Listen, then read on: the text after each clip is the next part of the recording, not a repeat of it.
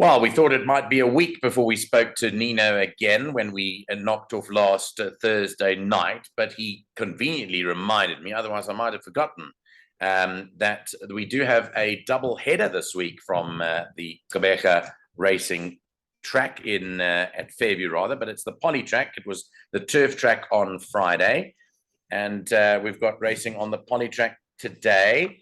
Nino, how did you end up faring on Friday? Look, I picked a couple of winners in the early races, but Clifftop, the best bet, I think ran second, and the value bet never showed at the back. Yeah. Big Sky Country. Yeah, Clifftop really motored home in the latter stages, didn't it? Started picking it up late in the day, but it got beat by Fedra, was that right? Fedra, yeah, by the filly, yeah. Yeah, the filly. Yeah, it was, look, Fedra had won 4 in a row over the 1,000, and I had a bit of a concern at gained the 12, and it was only getting a kilo from Clifftop. So, yeah, I mean, it shows you that's a good filly that going from strength to well, getting better and better. Their stable is really doing well, Sharon Kotson. So all credit to them. I know Greg really well. They've got a powerhouse stable down there and a very good a bunch of jockeys riding for them too, and a very, very loyal base of owners. But let's kick on with racing on Tuesday. The first is off at 12:30. As I mentioned, it is the Polytrack meeting, and it is on a standard track. It's a maiden plate fillies and mares over 1,600 meters. And I'm going to put up the selections now that Nino has sent through earlier on today. Nino, the first race, your top selection is Magic Moments. And talking about the Sharon Kotson yard, this is the horse to beat, according to you. Well, I think a trappy little race to start off, and it's such a weak race that you got to take note of the first time. Have you got the betting? Can you check if there's any money for number 8? I can. I need to tell you that Ryan Munger is the new rider on number 8, Marmalata, or Marmalata, because Yuze Ramzan, for some reason, isn't riding it. I just think it's a jockey change. I don't think he stood down or anything, but Ryan Munger is the new rider. I will check up and see, but it does come from that banging form yard of Kelly Mitchley. Yeah, it does. And it doesn't have to be too good to beat a field of this nature. And the second question I want to ask you is the betting on number 1, Gqeberha. Yeah, well, that is as short as even money. I see Graphene Aerogel, the ex-Peter runner, having its first run for Gavin Smith. Well, just a word of caution to the public is that there's no value in it, and let it win, but don't go out at punting the horse. We saw what happened to I'm in Love, and I've warned the people on Friday. Let these ex-Paul Peter horses have a run and see in what space they're in. They're probably getting used to the new surroundings, a new method of training, I don't know, but they're just not performing. At even money, there's absolutely no value in this horse, and you know, if it wins, it wins. Yeah. So I'm going for number 3. The last run was too far on the turf track. The run before that was also too far, tired. The run before that, over course and distance, was a good run. Even though 7 lengths behind Silver Slippers, was a good run. So it's got to be competitive. Lily of Orange as well, 2 good runs on the Poly. And Sugar Snap, Nico, been very disappointing, but it could feature in a weak maiden race. And Girl Scout, obviously the first timer. And Graphene Aerogel just... So the betting on that, it opened 12-1, it's shortened to 6-1. So there has been money for Marmalata, 12s into 6s, so the price is halved. Okay, so there is money for it. Obviously, it's got to be included in all bets. Okay, so 3, 2, 4, and 5. You're going Magic Moments ahead of Lily of Orange. We'll see what you do. I know you've gone pretty wide in the bipot, this being the opening leg.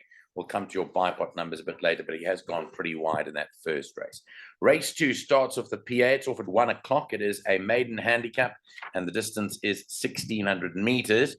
In race 2, it doesn't look like we've got any changes in the second race. So race 2 is as carded. You're going for Heathcliff now.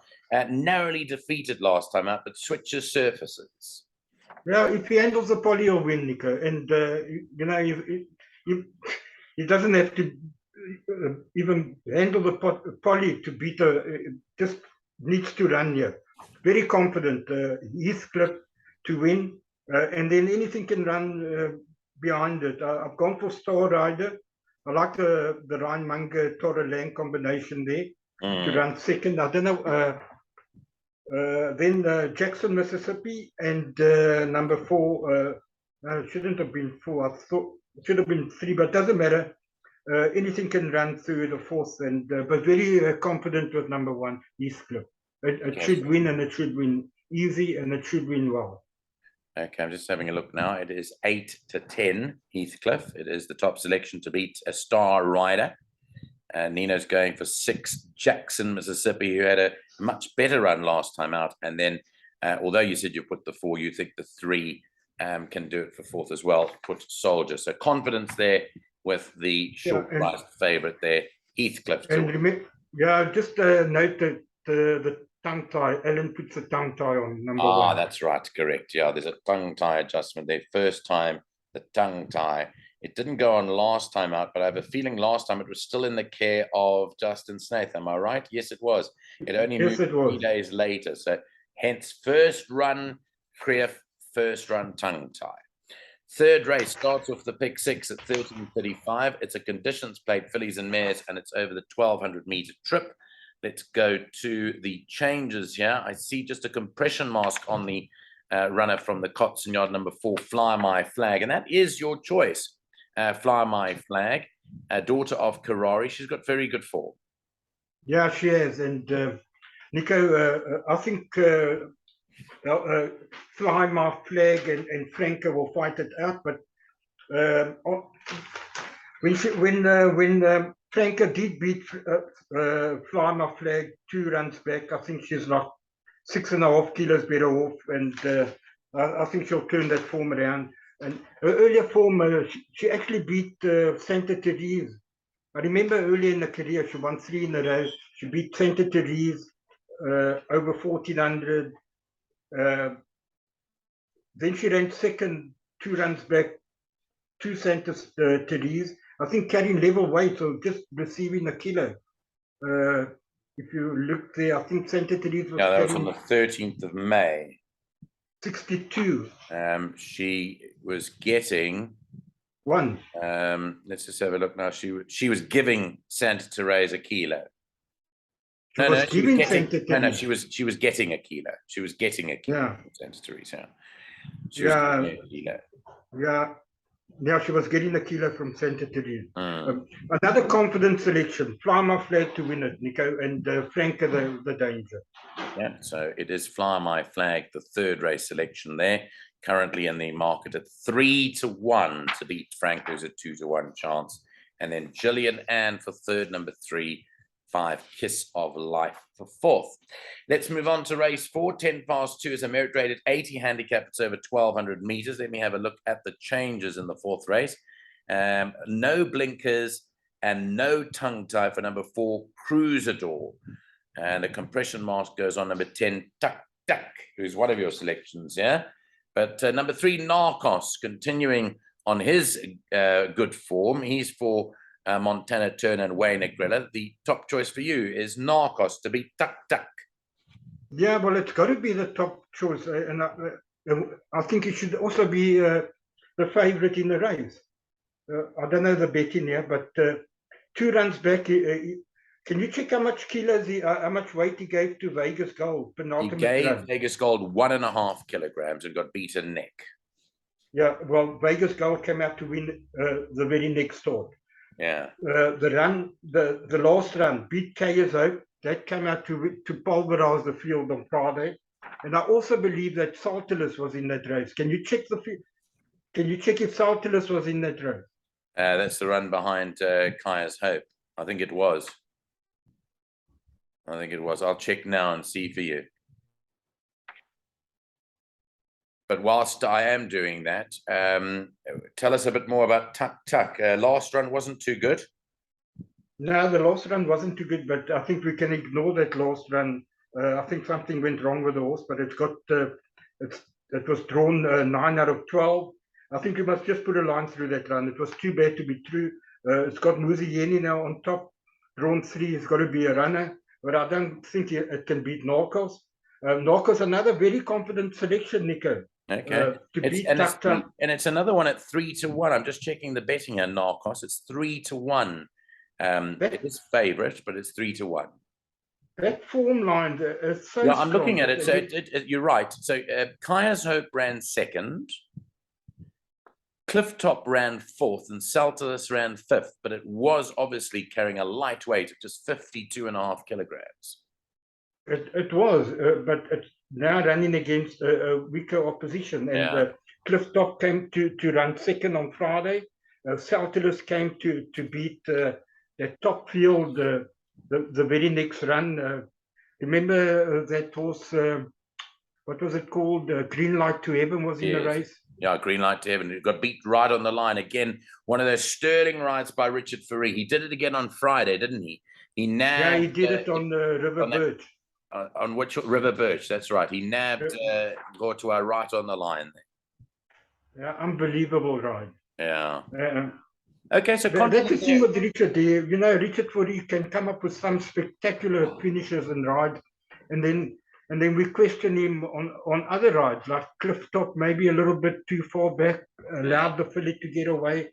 You know, we always praise them when they get up for us, and always give them slack when they don't. So now it's called grandstanding jockeys, isn't it? Or jockeys in the grandstand.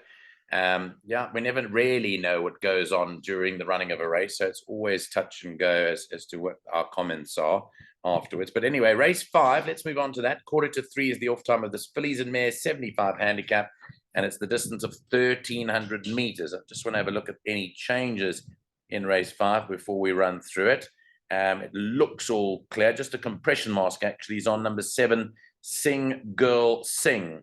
So your selection in race 5 is Ancestral Prayer. Once again, we're talking about Richard Fourie. He rides this for Alan Creff, yet to win in the province, but certainly had 4 seconds in a row. Yeah, but it should win tomorrow. Another very confident selection, and another one whose form is standing up. Last time out, drawn 13 out of 16, got beat a length by Envy Dance. Envy Dance came out to beat Santa Therese on Friday. Yeah. So, I mean, there's nothing here. And I think the only danger, he's just got to be careful here, Richard. He must not let Dancing Girl get away. He's got to be very careful here. If this filly gets away, if he allows a soft lead, he's going to struggle to catch her, because I know Ancestral Prayer like to come off the pace. But you cannot give Dancing Girl too much ground. So confident selection, provided that Richard is awake and doesn't let Dancing Girl get away too far. So 3 to beat 4. For those that want to cover that, I think only Dancing Girl is the danger. Yeah. And then obviously horses like Pam's Princess and Claudius will be on the premises. Yeah. I just see here with Ancestral Prayer, I'm not putting people off, but I see she's only had 1 run on the Polytrack. She did run on. And Samanga was on her, and she ran on into second behind Life on Mars. This is only her 2nd run on the surface. But that said, Blinkers last time out, first time. I think Blinkers may make the difference on this mare. So there we go. It is 15-10 favourite, and it's Nino's selection, another confident one to beat Dancing Girl. Race 6 is off at 3:20. It's a merit rated 68 handicap. It's over the 1,300-meter trip. Let's go to the changes first, and I'll have a quick look and see what those say. Earmuffs on number 2, Honest Quest, is the only change here in race 6. And on to your tip, you're going for Gall Ruler, and this is your value bet for the day. Yep. And I don't like this race at all. I think any kind of result, I'm going with a bit of a value, because you ignore that last run on the turf. Previously, 1,300 meters, a very good run behind Son of Zeus. They put the chit pieces on, drawn 3, Ryan Munger. I don't know what the price is. I think it's 12 to 1. I think it's 12 to 1 when I looked just before doing 12. This horse has no right to be 12 to 1. Crazy price. It's a big runner. It's a massive runner. So we're getting 12-1 on a Tuesday evening. Sorry, on a Monday evening. Monday evening before Tuesday. 12-1 you can get it. Yeah. But Nico, I really think this is a trappy race. I don't like this race. I think I've taken 8 horses in the bipot. Oh, yeah, I saw that. You went very wide in the bipot. But that's my first choice, and that's a value horse. I wouldn't be leaving it out of any bets. I think it's a massive runner, and I think 12-1 is a crazy price. Okay, so your top 4 here are Gall Ruler to beat Great Guy. You've tipped Fearless Kitty for 3rd, number 3, and then number 13, Silver Celebrity. So all of those have chances.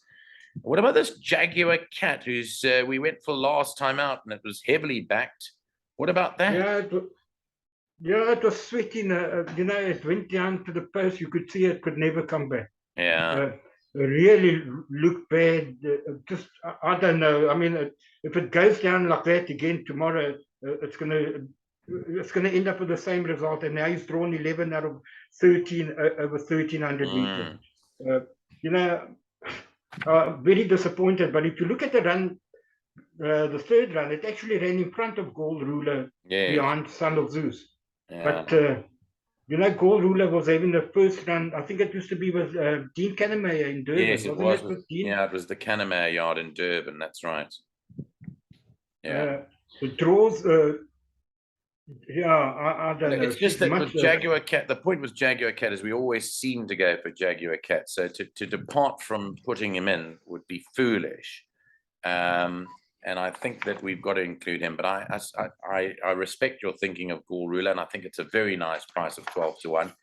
And I think the Jaguar Cat, the 9, must be chucked in for good measure there. Yeah, I did put it in, but you also have to be concerned the way it goes down. You know. Well, that we didn't know last time.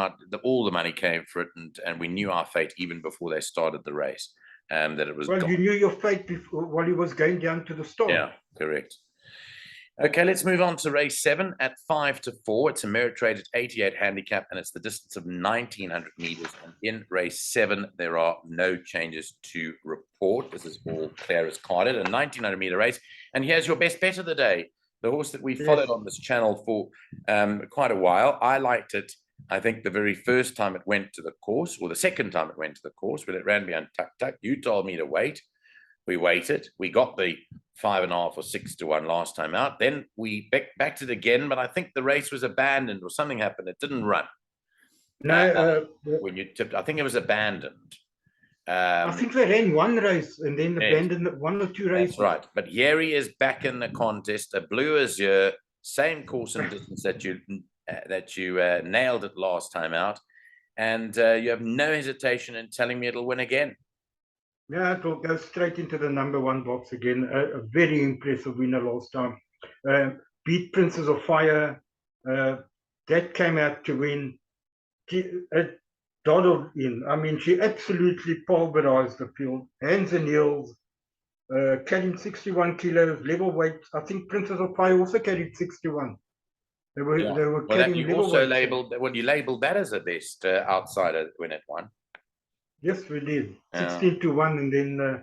Now the question mark is Cane Lime and Soda, because there is a strong weight turnaround. Cane Lime and Soda gets the cheek pieces on, so there is an equipment change since the last time they met. That doesn't worry you.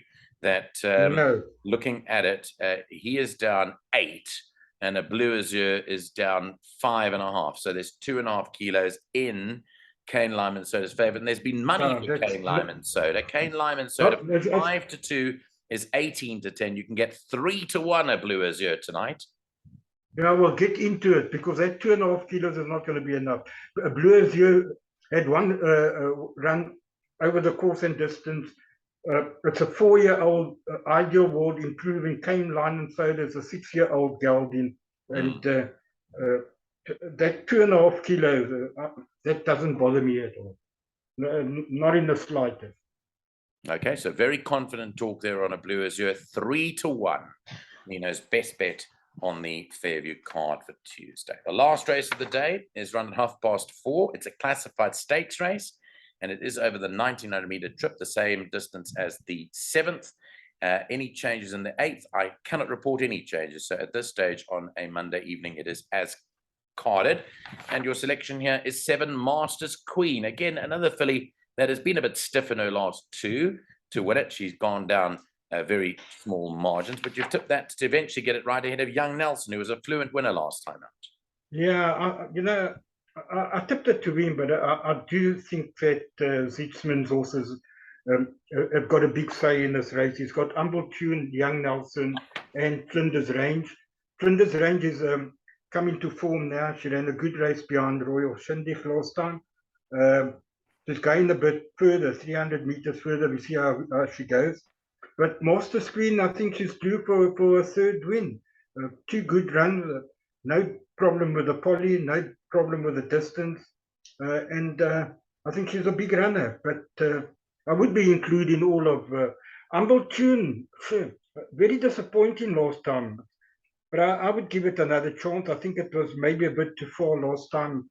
And they'll probably send this horse to the front tomorrow. I believe that that he's going to go straight to the front and see if he can get caught. So Humble Tune, Young Nelson, Master Screen, and Flinders Range. And then I really can't see anything else besides that. Maybe Ideal Time. We've got to mention that because it won 2 in a row. It beat Vida Futura, but very disappointing last time. Maybe the draw. Coming back on the poly, well drawn. Maybe that's another one that we might have to add in the exotic. Okay, so 7, 2, 8, and 1 are Nino's top 4 in the last race of the day. And we're going to move on to the bipod. As Nino mentioned, the bipod is quite wide. I'm just going to try and just download that again because I've just got a bit of a problem. So just tell us, what's your bipod costing? 6 times 9, I think it's 54 Rand. Oh, yeah, that's right. I've got it now. So I'm going to put that up for the punters out there or the viewers to watch. 54 Rand, but you've got 3 middle pin or 4 middle pin legs. So the first and the last leg are your tough ones. And the total is basically 6 times 9. First leg by the last leg. Yeah, 6 and 9 at the back, correct, 54 Rand. So I don't know, I've put in graphene error jar. Even though I'm very, very concerned about it, but you can't leave one horse out. So I've gone 1, 2, 3, 4, 5, and 8. Babenka Heathcliff, Banker Fly My Flag, Banker Narcos, and Banker Ancestral Prayer. And then at the back, I've taken, Gqeberha is not in there. Maybe you want to add it in. Number 1. Yeah, I would put that in. That wouldn't matter. All it would mean is 10 times. It makes it easier calculation. 60 Rand instead of 54. 60 Rand. Rand, yeah. That's 1 Royal Shindig, 2 Honest Quest, 3 Fearless Kitty. Number 5 Surya Varman. Surya Varman, yeah. You're Surya Varman. 6 Stay the Course. 9 Jaguar Cat, 10 Great Guy, 11 Gold Ruler, and 13 Silver Celebrity. Okay, so it's actually 10 numbers there. 1, 2, 3, 5, 6, 8, 9, 10, 11, and 13. Now, if you don't double up there, then there's a serious issue. Imagine we go out there. Yeah. Well, I don't know if you'll come back on Friday, on Thursday night. So basically 6 times 10, and then the bankers in the 2nd, 3rd, 4th, and 5th leg. Right. Let me wrap it up by telling you the best bet of the day is confirmation. It's race 7, number 7, a Blue Azure, who's at 3 to 1, and the value bet of the day is Nino's 12 to 1 Chestnut, number 6. Race 6 rather, number 11 Gall Ruler. I'm using the word chestnut not in reference to the color of the horse, but to the fact that this is your horse for the day as your gem, so as to speak. I see it's a bay horse, so don't take it literally that it's no chestnut horse. It is in fact a bay. So that's your betting, and that's the news for the Fairview meeting on Tuesday. Nino, great for you to be with us. Fantastic for you to have done your homework. We really appreciate it. I don't tell you, but I mean, I received lots of fan mail day in, day out about Nino. In fact, somebody said the other day that that you're still the best, and you know, he's been following, as we know. You didn't come on board when we started it in May 2020, but I think it was a few months later that we secured your services, and we've been going, I think, now for probably a good 2 years together. So it's really great to have you on board. Pleasure, Nico. Pleasure. Well, I hope that you're in the winners' queue tomorrow. And just for the record, I'm commentating tomorrow, so I'm looking forward to that. So we'll try and call your horses home for you. Yeah, and Nico, I was hoping you'd go down, but I heard that you're calling from the studio, so it's going to be a bit difficult for you. But hopefully, you're going to call some of them home for us. And I know it's really hot in Joburg, so I hope we have a scorcher of a day tomorrow as well, with the tipping. I mean. Yeah, I hope so too. Okay, well, enjoy it. I'm looking forward to calling them home. Thanks very much for your time. We'll speak to you again end of the week, Thursday for Friday. And yes. Looking forward to using the money that we secured tomorrow to reinvest on Friday. Thanks, Nino. Thanks for your time. Thank you, Nico. Okay.